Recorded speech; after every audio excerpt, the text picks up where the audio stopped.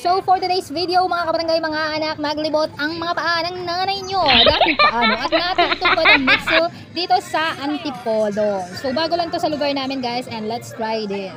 Ayan, pag mga normal day, everything is normal, hindi ko talaga ugaling mag-ayos guys. Kaya hindi ako nag-makeup dahil pahinga tayo sa taping. And after and before the taping guys, naghahanap talaga ako ng something sweet. And ayan, tatry natin to.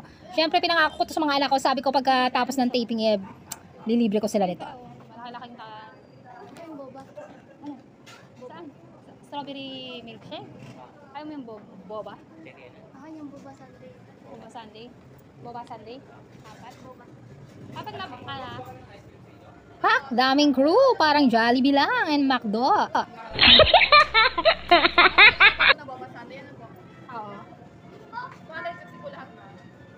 Meron din ano, mango mi sundae pala. Ayan mo. Yung mango na ano, 65 din. Yun na lang, sige, apat. Apat na mo. Ang cute ng pangalan ng kanilang Sunday Ice Cream Boba. Something boba. Boba ka. Kapag kapalawanin kasi namin mga anak is, may kanta pa nga yan eh. Buba, buba, simpleng dalaga, pag gumiling, masustansya, ganon. Hindi sino pa may yung may-ari ng boba na ito. Ayan, kumag na tayo dahil baka ma-MTRCB tayo. Hintayin ng ano, papat.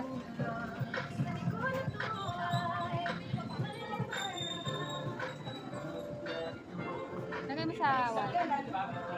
Lagay mo sa wallet. How much? 260. 240. Tingnan natin. Mura ba?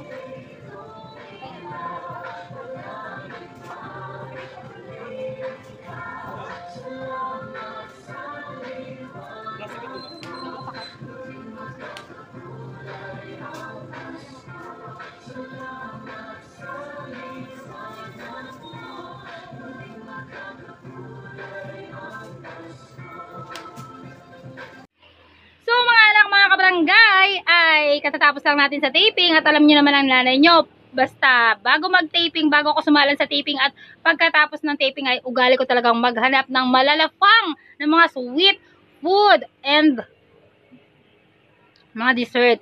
And sa aking paglilibot sa bayan ng Antipolo ay nakita ko nga ito. Actually bago lang to sa amin sa Antipolo. Ewan ko ngayon ko lang siya kasi napansin at nakita. And bago lang talaga siya sa lugar namin. Itong si Mixo, since 1997 pa daw ito guys. Ayan, sa ice cream and tea. O, diba? So, itong 65 pesos guys, ito, sundae and may mga parang sago-sago sila na tinatawag nilang boba. Nawala kasi yung flyers ko Feeling ko kasi guys, bago ako sumalan sa taping, kailangan ko ng energy, kaya naghahanap ako ng matamis. Anything na matamis at malamig. At kapag kagagaling ko lang din sa taping, lobat na lobat ako, kailangan kong mag-recharge. Parang cellphone lang, di ba?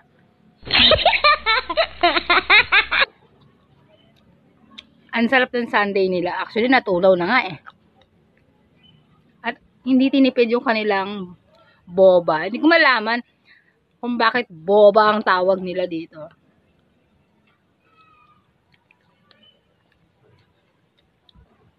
May boba ba kayo? Ganon.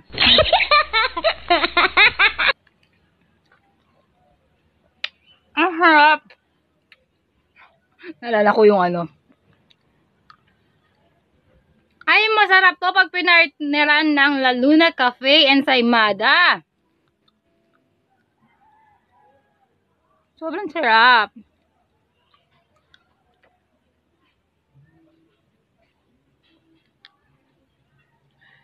Sarap!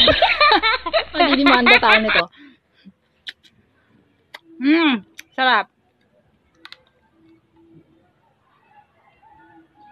Sarap talaga. Sarap. Sarap.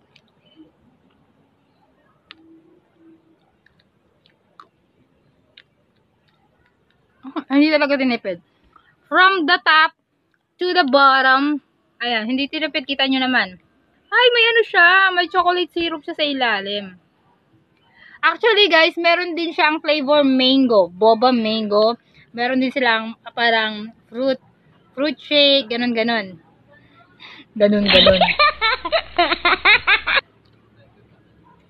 Sarap.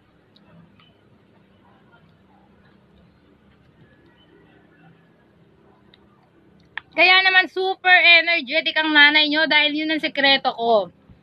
Lumalaklak talaga ako ng matatamis.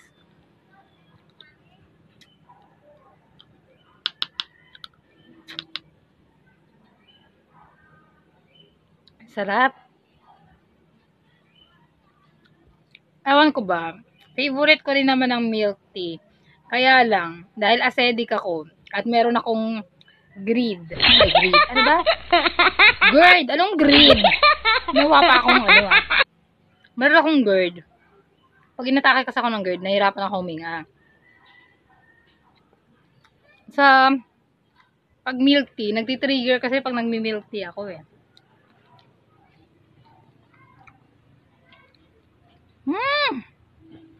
Ako talaga pag kumakain, napansin nyo, pag kumakain ako yung mga food vlog ko is inuunti-unti ko talaga.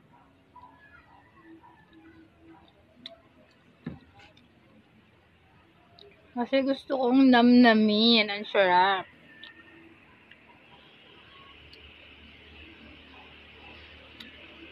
Sarap! Napakasarap. Kaya ako naghahanap kayo ng something sweet na pampa-recharge at pampa-good vibes ng mood nyo. Eh, punta lang kayo sa iMall. Tapat nun, sa labas ng iMall, sa Mixu.